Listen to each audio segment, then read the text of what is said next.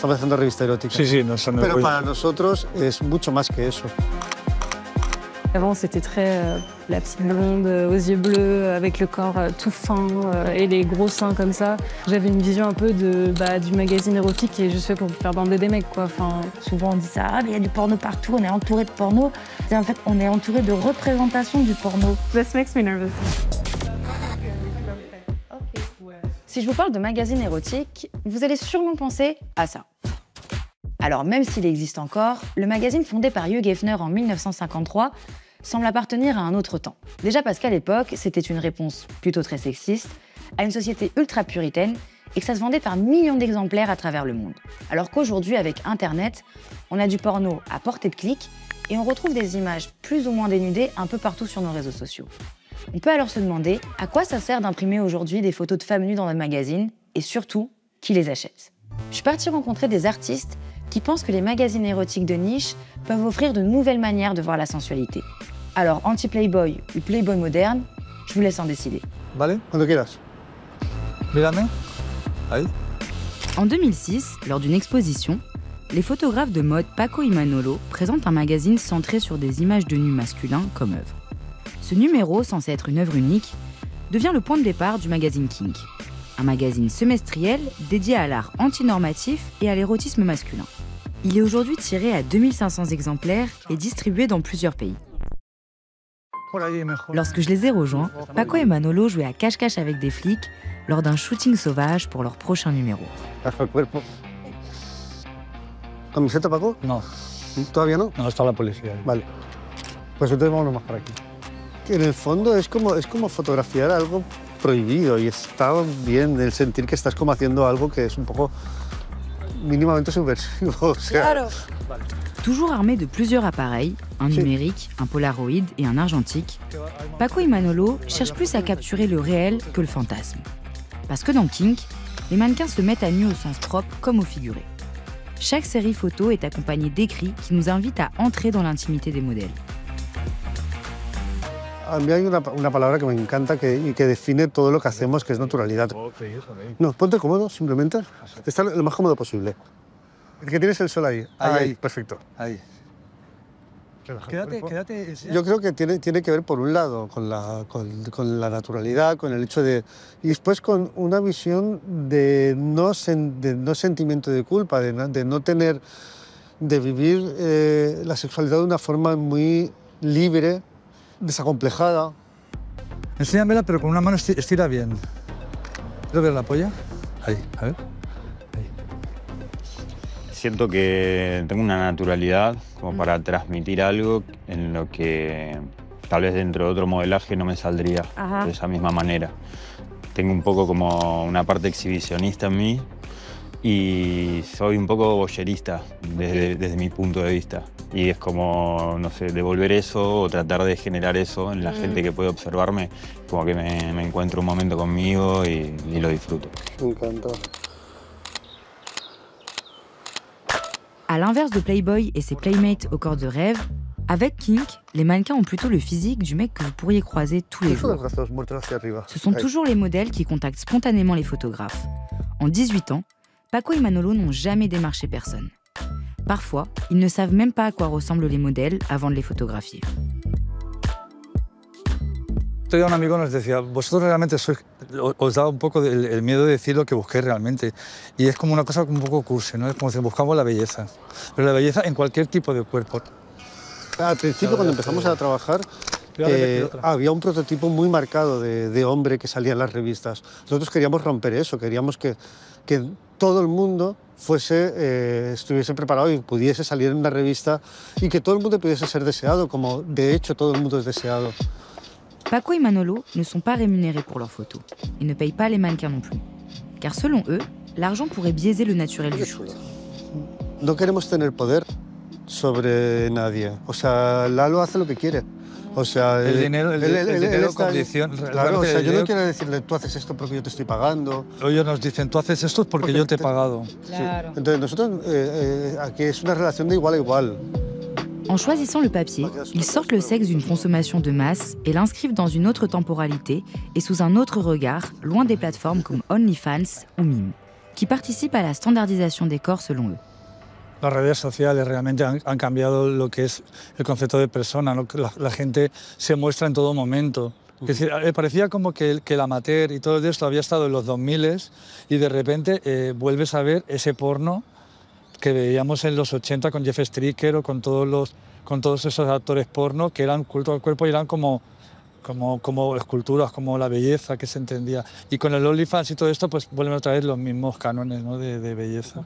Me encantaría que la gente lo viese, que la gente cogiese el King y sintiese que está hablando de ellos, o sea, que a pesar de ser una revista erótica o una revista, está mostrando algo que les afecta también a ellos, o sea, que tiene algo que ver con su propia forma de ver el mundo.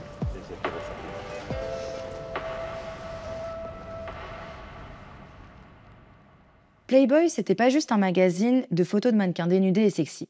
La revue américaine accueillait aussi souvent des plumes de l'époque, comme des écrivains de science-fiction, comme Isaac Asimov ou Ursula K. Le Guin, qui signaient ses nouvelles de ses initiales pour pas qu'on sache que c'était une femme. L'ancien président états-unien Jimmy Carter a même donné une interview au magazine pour casser son image un peu trop associée à sa foi protestante. Beaucoup de magazines érotiques d'aujourd'hui veulent conserver cet ADN un peu plus intellectuel et ouvrent leurs pages à des réflexions sur la sexualité.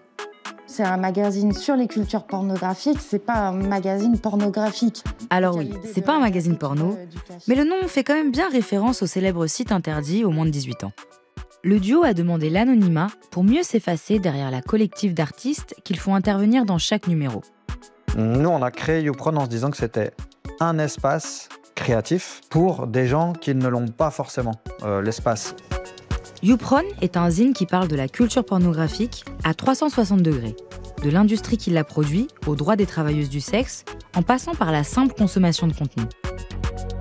On avait fait un projet avec deux artistes belges, Niki Lapierre et Nour Beach, où on avait imaginé une fausse maison d'édition qui fêterait son numéro 100. Okay. Et dans ce fanzine, il n'y a que des unes de magazines porno comme on aurait aimé les voir, avec des personnes différentes, avec des sexualités différentes.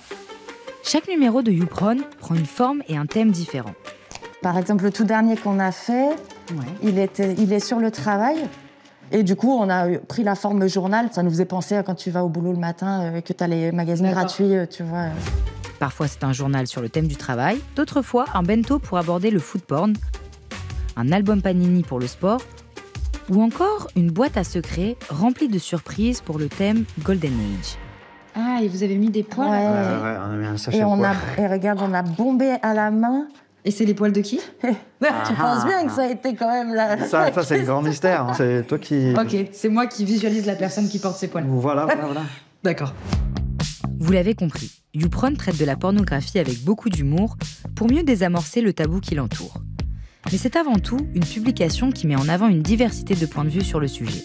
Le zine fait intervenir des photographes, des journalistes, des illustrateurs et même des travailleurs du sexe qui racontent leur quotidien. Donc ça, par exemple, ça c'est les interviews. Ouais. Ah ok, d'accord. Donc là, tu as une personne qui donc là, fait des audios, des podcasts. Là, c'est une personne qui fait partie du Porn Film Festival à Bruxelles. Qui est organisatrice. Ce qui nous intéresse aussi, c'est comme dès le début, en fait, ça a été de confronter des expériences, confronter des points de vue, donc de pouvoir rassembler des personnes qui font de la pornographie, des personnes qui en regardent, des personnes qui en regardent pas.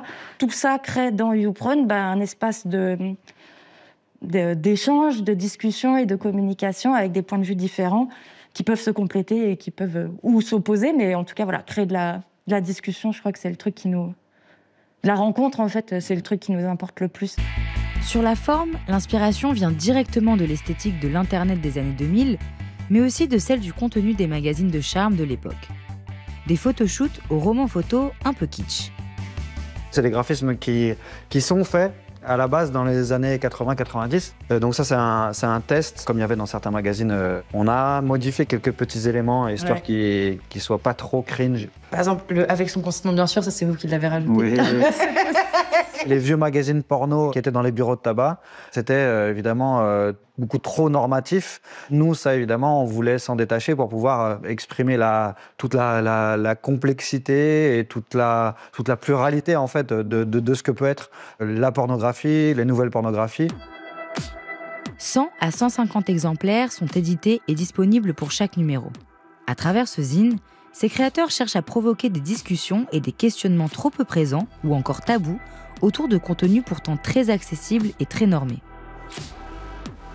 Des fois, les personnes, tu vois, l'ouvrent et disent « Ah, mais il n'y a pas de porno, en fait, dans YouPorn. » Elle dit « Bah, ouais, en fait, il n'y a pas forcément d'image explicite dans YouPorn, mais il y a un patchwork de plein de choses qui... prêtent à, je sais pas, à réfléchir, c'est peut-être pas le bon mot, mais en tout cas, ouvrir un peu des imaginaires. Jamais, à aucun moment, on s'est dit qu'avec ce magazine, on était là pour apprendre quoi que ce soit aux gens. C'est un magazine pour laisser la place, comme tu le disais, à plein de visions de la sexualité différentes, quoi. Aux côtés de Playboy, il a existé et il existe encore quelques magazines érotiques féminins. En 1973, les premiers numéros de Viva et Playgirl sont publiés. On y retrouve des hommes dénudés et des fictions. Ces publications détonnent à l'époque, mais présentent quand même une certaine vision uniformisée et normée du corps masculin et de la sexualité féminine. Ils ont tout de même ouvert la voie à de nombreuses publications, dont celle de Brynne Weaver, qui elle revendique sa propre notion de l'érotisme. Sometimes I say that it's like a feminist Playboy, because I think that's like easy and quick to define it. Créé en 2023, Pour toi est un magazine semestriel inspiré des magazines érotiques des années 70 et de l'esthétique des années 2000. Pour toi, c'est un peu comme le magazine érotique de vos parents, passé au filtre Tumblr. Une exploration visuelle de la notion d'érotisme selon Brynne. Je l'ai retrouvé lors d'un shooting pour son 3e numéro. Should we keep the colors or like should we go straight? I say straight, personally. Yeah, I thought you were going to say A flower can be sexy, food can be sexy, cars and tapestries. And so I think it was important for me to kind of define different things as sexy than just a body, which of course we also explore traditional sexy or erotic things such as sexy poses or lots of skin or lace or a thong. The magazine is also a playful exploration of sexuality and femininity, and that it's not necessarily pornographic, but it's sexy. It's something like light and something to be celebrated. J'adore. Madame, like, show me your nails. Yeah.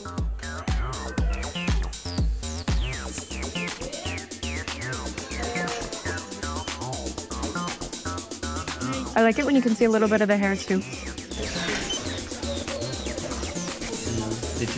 Oh, cute. Growing up, I grew up with a lot of different magazines, and we can say sexy magazines like Playboy, even like fashion magazines. I was really into Cosmopolitan in high school, and they had like sex columns. And growing up, these were always kind of like projections and fantasies of like something that I wanted to explore, which is kind of like a sexual, feminine energy, and something that I wasn't really allowed to explore because I grew up in a very strict environment. And so I always felt kind of like I had to hide my body. And so I think there's definitely something to say about not necessarily being free to entirely explore this side of myself. Après avoir grandi aux États-Unis, c'est en arrivant en France que Brynne s'autorise cette exploration. Elle s'inspire de la poétesse Audre Lorde, qui dès 1978 voit l'érotisme comme une force spirituelle féminine, souvent réprimée ou détournée. Alors qu'on pousse les femmes à un érotisme superficiel pour plaire aux hommes, on les culpabilise si elles l'assument trop. Et pour transmettre ses idées, elle travaille entourée essentiellement de femmes. Je pense que érotique, c'est un mot qui aujourd'hui est très connoté sexe. C'est très masculinisé en fait, c'est très patriarcal et sexiste. Alors qu'au final, érotique, ça peut être quelque chose où forcément, c'est pas quelque chose de ultra sexuel. Enfin, ça peut être beaucoup plus doux comme notion et beaucoup plus artistique en fait. Ce que je vais chercher, c'est plus des poses et des détails de peau, de plis, même de vêtements, de maquillage. J'aime bien quand tu fais ce truc avec le bras, là, genre, c'est trop beau ton œil. Brynne veut montrer qu'on peut reprendre le pouvoir sur cette notion d'érotisme qui se cache en chacun de nous.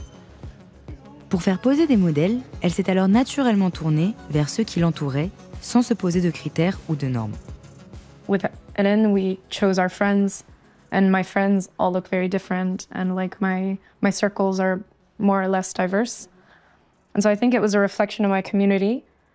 And then it became a conscious choice when I realized that I was going to continue doing the magazine. But it's important not to tokenize people and to genuinely use them, because in my context, I think they're beautiful, I think they're hot, I think they'll fit a shoot, but not because they're a person of color or trans. I find that the people around me are beautiful, and I want to use them in my shoots.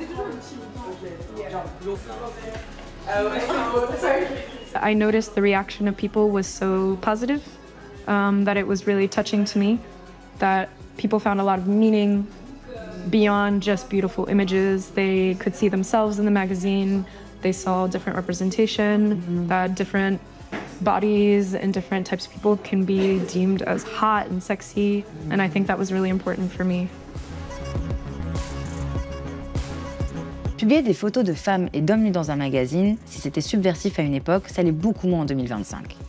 Aujourd'hui, la subversion, elle passe plutôt par le fait de se dire que l'érotisme et la sexualité peuvent se trouver dans des petits détails du quotidien. Plus besoin d'être une bimbo ou un acteur porno pour être désirable. Et si tout le monde peut cultiver cette part d'érotisme, ces magazines nous invitent également à décloisonner nos sexualités et à nous laisser séduire par de nouveaux fantasmes.